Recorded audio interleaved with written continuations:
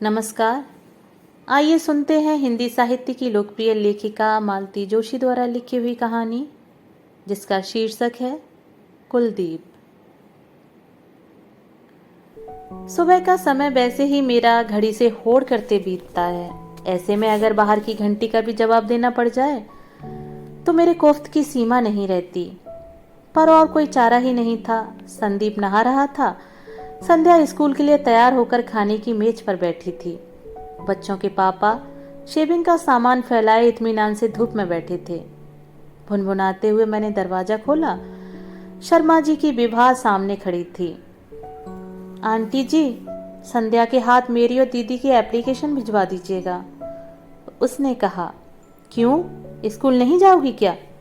पर आज से तो मंथली टेस्ट शुरू हो रहे हैं ना, संध्या बता रही थी।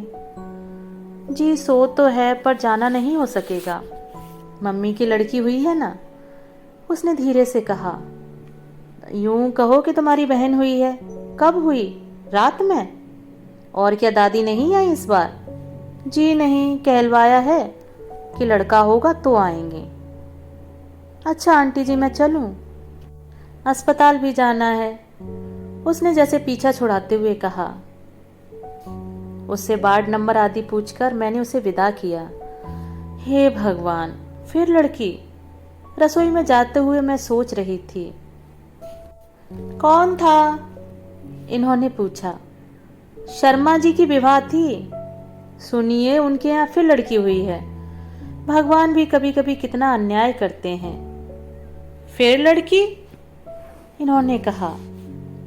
मेरे ख्याल से 7वीं या 8वीं तो है। एनीवे, दफ्तर में एक कॉन्डोलेंस तो करनी ही पड़ेगी। छी, क्यों बुरी बात करते हैं? मैंने इन्हें झिड़का, पर खुद मुझे ही हंसी आ गई। आज शर्मा जी पर मातम छाया होगा, इसका मुझे भी पता था। पिछली बार का अनुभव जो था, दोपहर में उनके घर जाकर पूछताछ कराना। पड़ोसी जो हैं, साथ ही बुढ़िया की रनिंग कमेंट्री भी सुनती है ना। इन्होंने कहा। सुनिए, वो नहीं आई इस बार। कहती हैं लड़का हुआ तो आऊंगी। भला यह भी कोई बात है? मैंने शिकायती स्वर में कहा। बिल्कुल ठीक बात है, इन्होंने जोर से प्रतिवाद किया। 60 से ऊपर हो चली है बेचारी, पर बेटों को परवाह कहाँ है। बेचारी रोटेशन में तीनों बहुओं की चूल्हा चक्की संभालने पहुंच जाती हैं। उसने प्रोटेस्ट नोट भेजा है। एक करारा सा जवाब मेरी जबान पर आया था कि संध्या ने रसोई से रोटी के लिए चीखना प्रारंभ किया। इतना गुस्सा आया। वो शर्मा जी की आवा विवाह देखो, पूरा घर संभालती हैं, दोनों वक्त का खाना बनाती हैं, छोटी बहनों की देखभाल करती हैं। और एक हमारी राजकुमारी को देखो, हाथ से रोटी भी उठाकर नहीं ले सकती। तुम भी शर्मा जी की मिसेज की तरह उसे चीखने का चांस दो, इन्होंने शरारत से कहा। पर मेरा तमतमाया चेहरा देखकर एकदम सीरियस होते हुए बोले। अरे भाई, उसका दोष क्या है?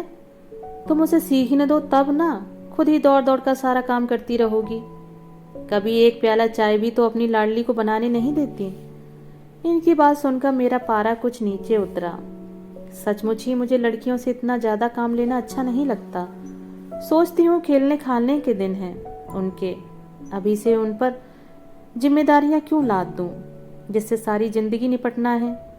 शर्मा जी की गृहस्थी देखती हूँ तो बड़ा तरस आता है। बेचारी लड़कियां रात दिन जुटी रहती हैं। मिसेस शर्मा सुबह स्कूल में पढ़ाने जाती हैं, दोपहर में आराम करती हैं, जो उनकी निरंतर गिरती सेहत के लिए जरूरी है। शाम को 1-2 ट्यूशन करती हैं, जो बढ़ते हुए खर्च को सहारा देने के लिए बेहद जरूरी है। बाकी बचा समय छोटे बच्चों की देखभाल में चला जाता है। लड़कियां इस नन्ही सी उम्र में बुजुर्ग बनी घर देखती हैं, नन्ही प्रभात तक फुलके उतार लेती है। हर नए बच्चे के जन्म के बाद मिसेस शर्मा थकती जा रही हैं, पर हर नया बच्चा अपने साथ नया खर्च, नई समस्याएं लाता है। लिहाजा नौकरी छोड़ने का प्रश्न ही नहीं उठता। दोनों पति पत्नी आधुनिक हैं, सुशिक्षित भी, पर एक पुत्र का जन्म दोनों के जीवन का सबसे बड़ा प्रश्न, सबसे बड़ी चुनौती बन गया है। कितने ही साधु संतों के पैर पूजे गए हैं, 20 जगह कुंडलियां दिखाई गई हैं, व्रत उपवासों की तो कोई सीमा ही नहीं है। पर यह पुत्र रूपी नक्षत्र उनके भाग्याकाश में उदय होने का नाम ही नहीं ले रहा था। मानो उनके धैर्य की परीक्षा ले रहा था। शाम को उन्हें देखने अस्पताल जा रही थी तो यही सब मन में उठ रहा था। अनायास ही अपनी एक बुआ जी याद हो आई। पूरी 7 कन्याओं के बाद घर में 2 पुत्रों का जन्म हुआ था। इन बेटों के लिए कितनी मन्नतें मानी गई थीं, कितने नीम व्रत किए गए थे। वे बच्चे मानो माता पिता और बहनों में पल रहे थे। उनको जरा सी धूल तक कोई नहीं लगने देती। इतने लाड़ प्यार में पले थे बच्चे। जब बड़े हुए तब ढंग से पढ़ाने लिखाने का भी साधन घर में नहीं था। बचपन में 5 साल तक मांग कपड़ा पहनाने की बुआ जी ने मान ले रखी थी।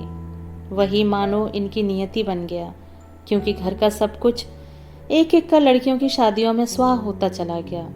जब भी उन दोनों के मुंह से माता पिता का उल्लेख सुनती हूँ तो उसमें तिरस्कार और कटुता ही होती है। बुआ जी का जमाना तो फिर भी अच्छा था, पर आज इस महंगाई के युग में इतनी बड़ी गृहस्थी पालना सोचकर ही मन कांप उठता है। अस्पताल पहुंची तो देखा वार्ड खचाखच भरा हुआ है। मिसेस शर्मा के स्टाफ की महिलाएं हैं, पड़ोस की भी करीब करीब सारी ही हैं। मिसेस शर्मा रो रही हैं। जनता उन्हें धीरज बंधा रही है। आगे के लिए आशा दिलाई जा रही है। नए ज्योतिषियों के पते दिए जा रहे हैं।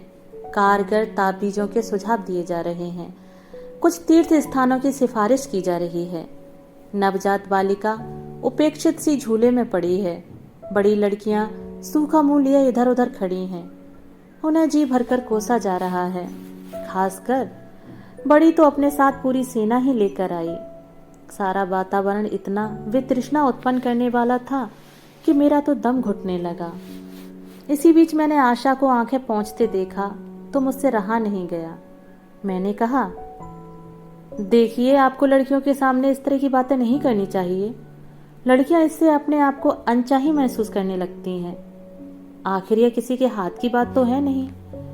मिसेस शर्मा तो एक सांस लेकर चुप हो गईं, पर शेष महिलाओं ने मेरी ओर इस तरह देखा कि मैंने वहां से चल देने में ही कुशल समझी। सड़क पर आकर मैंने खुलकर सांस ली। उस खींच भरे माहौल से बाहर निकलकर इतनी राहत मिली थी। सोचा अब जाते हुए सब्जी लेती चलूं। मार्केट में एक परिचित महिला से मुलाकात हो गई। उनके पति पिछले साल बच्चों को पढ़ाने के लिए आते थे। उन्होंने घर चलने का बहुत आग्रह किया। मन नहीं था, पर उनका अनुरोध भी टाला नहीं जा सका। छोटा सा घर था, पर खूब साफ सुथरा। हर चीज करीने से लगी हुई। रसोई घर में लगे चमचमाते बर्तनों से लेकर दरवाजे पर लगे साड़ी के पर्दों तक सब चीजें गृहिणी की दक्षता का परिचय दे रही थीं। उनकी तीनों लड़कियां साफ कपड़ों में लेकिन बड़े प्यारे फ्रॉक्स पहने हुए थीं। लड़कियों को प्यार करते हुए मैंने पूछा, कपड़े आप घर पर ही सीती हैं? उन्होंने कोने में रखी सिलाई मशीन की ओर इशारा किया। अनसिले कपड़ों का ढेर था उस पर। थोड़ी बहुत बाहर की भी सिलाई कर लेती हूँ। बच्चों के दूध का खर्च तो निकल ही आता है। अरे वाह, यह तो आप बहुत ही अच्छा करती हैं। मैंने उनका उत्साह बढ़ाने के लिए कहा, क्या करें बहन जी, एक आदमी की कमाई से पूरा नहीं पड़ता। बाहर जाकर कुछ करूं इतनी मेरी पढ़ाई नहीं है, फिर समय ही कहाँ है। घर बैठे जितना कर सकती हूँ करती हूँ। और फिर बातें चल पड़ी। सांझ कब घिर आई पता ही नहीं चला। उन्होंने ठाकुर जी के आगे दीप जलाया, मुझे हल्दी कुमकुम लगाया और फिर ठेठ महाराष्ट्रियन ढंग से मेरे पांव छू लिए। महाराष्ट्रियन घरों में शाम को दिया बत्ती के समय घर में अगर कोई सुहागन हो तो हल्दी कुमकुम अवश्य लगाया जाता है। बुजुर्ग हो तो पैर छू लिए जाते हैं। कहिए क्या आशीर्वाद दूं? मैंने अपना संकोच छिपाते हुए कहा, अगली राखी तक लड़कियों के लिए एक भाई आ जाएगा, ठीक है ना? नहीं बहन जी, आप तो ये आशीर्वाद दें कि जो है वही राजी खुशी बने रहें। उन्होंने कहा, सो तो है ही, पर बहनों के लिए एक भाई तो होना चाहिए। मैंने इस पर कहा, हैं क्यों नहीं, चाचा ताऊ के हैं, वे क्या अपने नहीं हैं? कम से कम मेरे मन में तो।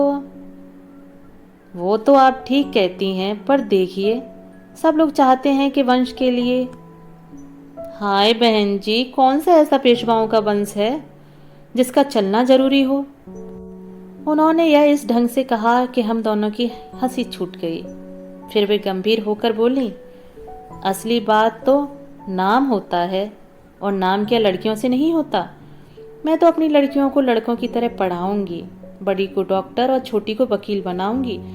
मजली की आवाज़ बड़ी सुरीली है, उसे मैं संगीत सिखाऊंगी।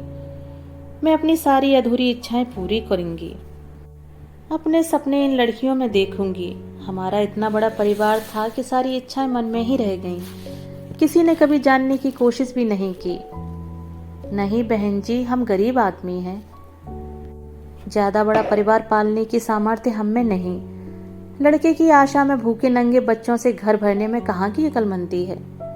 बस आप तो हमें यही आशीर्वाद दें कि जो हैं वही कुशल पूर्वक बने रहें। मैंने मन भरकर उनके लिए यही कामना की। लौटते हुए सोचा, कभी इस अनपढ़ सीधी सादी महिला को मिसेस शर्मा से मिलाऊंगी। फिर सोचा, क्या लाभ होगा। दादी ठीक कहती थी, सोए हुए को जगाना आसान है, जागे हुए को कौन जगा सकता है। दोस्तों, अभी आप सुन रहे थे मालती जोशी द्वारा लिखी हुई कहानी कुलदीप। दोस्तों, कहानी आपको पसंद आई हो तो मेरे चैनल को लाइक, शेयर और सब्सक्राइब जरूर कीजिएगा। मिलते हैं एक और नई कहानी के साथ। धन्यवाद।